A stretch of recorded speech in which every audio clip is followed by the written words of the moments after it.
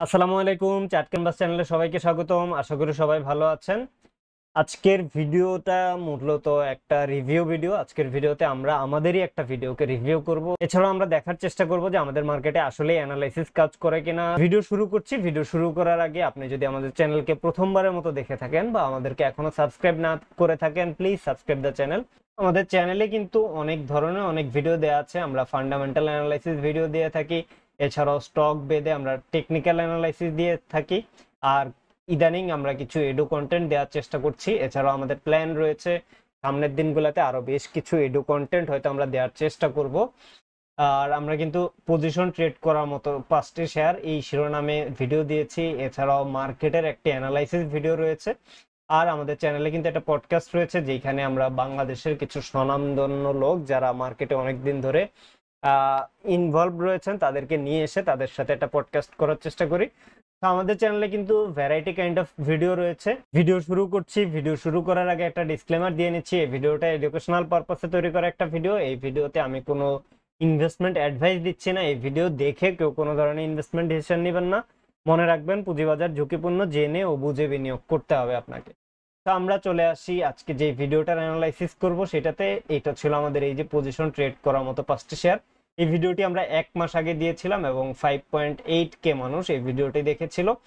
তো 1 মাস আগের এই ভিডিওটাতে আমরা যেই 5টা স্টক নিয়ে কথা বলেছি, আমরা আজকের ভিডিওতে সেই 5টি স্টক আদৌ ভালো করেছে কিনা সেইটাই দেখার চেষ্টা করব।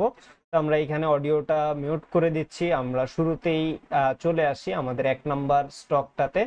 1 নম্বরে ছিল একটা মিউচুয়াল ফান্ড যেটার নাম ACML IBBL SF। সো এটা আমরা যখন সাজেস্ট করি তখন এটার প্রাইস ছিল 60 টাকা। বর্তমানে এটা কিন্তু 6 টাকা 50 পয়সায় রয়েছে। দ্যাট মিনস আমরা যেই দামে সাজেস্ট করেছিলাম তার চাইতে কিন্তু এটা আর একটু কমে গিয়েছে। এটার রিজন হলো আমরা যেটা অলরেডি আমাদের ফেসবুক পেজে পোস্ট দিয়ে বলে দিয়েছি।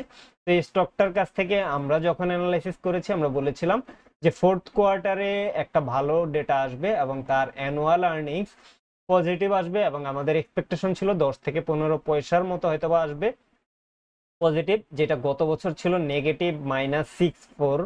মানে হলো আসলে 64 পয়সা নেগেটিভ ছিল। সেই বছর আমরা এক্সপেক্ট করতেছিলাম যে পজিটিভ 10 or 15 পয়সা আসবে। এই কারণে আমরা বলেছিলাম যে 10 or 15 পয়সা আসলে সেই ক্ষেত্রে এই স্টকটা বেশ ভালো করবে। তো আমরা দেখি এবার কি হয়েছে। এটা কিন্তু 14 পয়সা এসেছে। আমরা এই যে 10 to 15 পয়সা বলেছে কিনা আপনি চাইলে এই ভিডিওটা এখনো লাইভ করাই আছে, আপনারা সেখানে গিয়ে দেখতে পারেন। তো এখানে 14 পয়সা এসেছে। দ্যাট মিনস আমাদের এক্সপেকটেশন ফুলফিল করেছে, বা আমাদের যে এক্সপেকটেশন ছিল সেইটাতে এসেছে। তারপরও দাম বাড়লো না কেন? কারণ হলো এই বছর এই স্টকটা বা এই মিউচুয়াল ফান্ডটা নো ডিভিডেন্ড ঘোষণা করেছে। নো ডিভিডেন্ড ঘোষণা করার কারণে কিন্তু তার প্রাইস কমে যায়। বাট পজিটিভ দিক হলো এই যে যখন আমরা অ্যানালাইসিস করেছিলাম তখন কিন্তু তার এনএভি ছিল 10 টাকার মতো, মানে 9 টাকা 98 পয়সা। বর্তমানে সেটা বেড়ে কিন্তু 10 টাকা 13 পয়সা হয়ে গিয়েছে।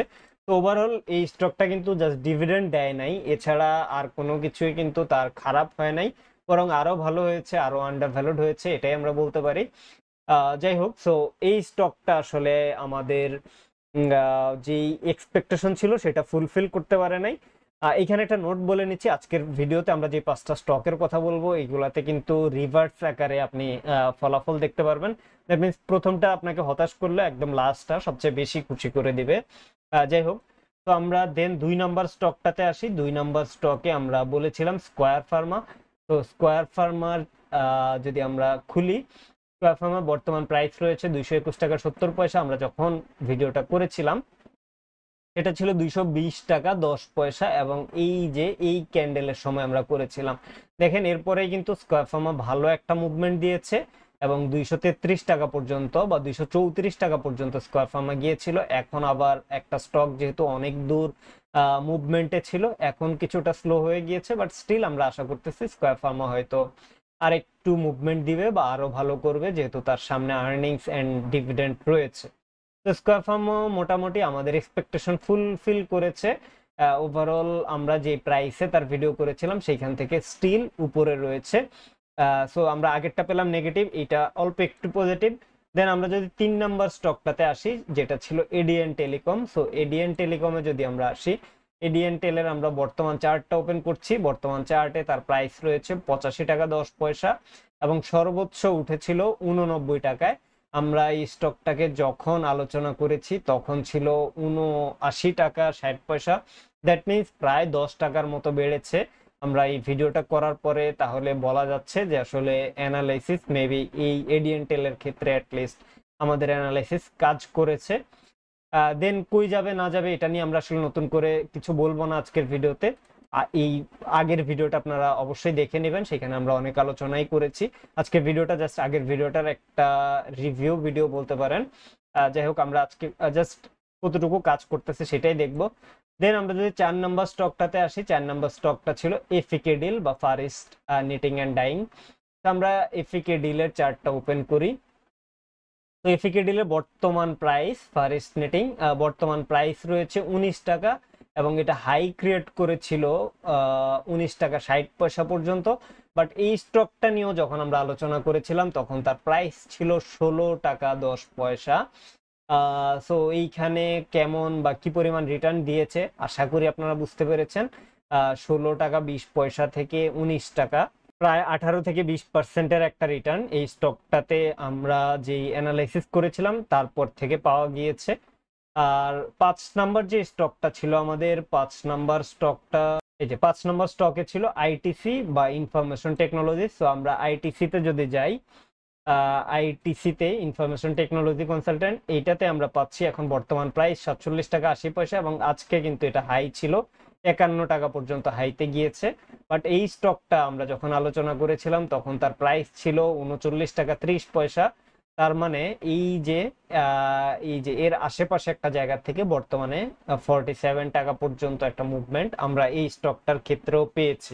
5টা স্টক দেখলাম, এর মধ্যে কিন্তু 4টাই পজিটিভ রিটার্ন দিয়েছে, 3টা মোটামুটি বেশ ভালো রিটার্ন দিয়েছে, আর একটা একদম খুব কাছাকাছি, যেখানে আমরা ভিডিও করেছি তার কাছাকাছি এখনো রয়েছে, আর একটা কিন্তু নেগেটিভ রিটার্ন রয়েছে। এবং সেই একটা নেগেটিভ রিটার্ন থাকার পেছনে রিজন কি সেটাও আমরা বলেছি, প্রমাণ দেখালাম বা প্রমাণ নিয়ে আলোচনা করলাম যে আমাদের মার্কেট অ্যানালাইসিস কাজ করে কিনা।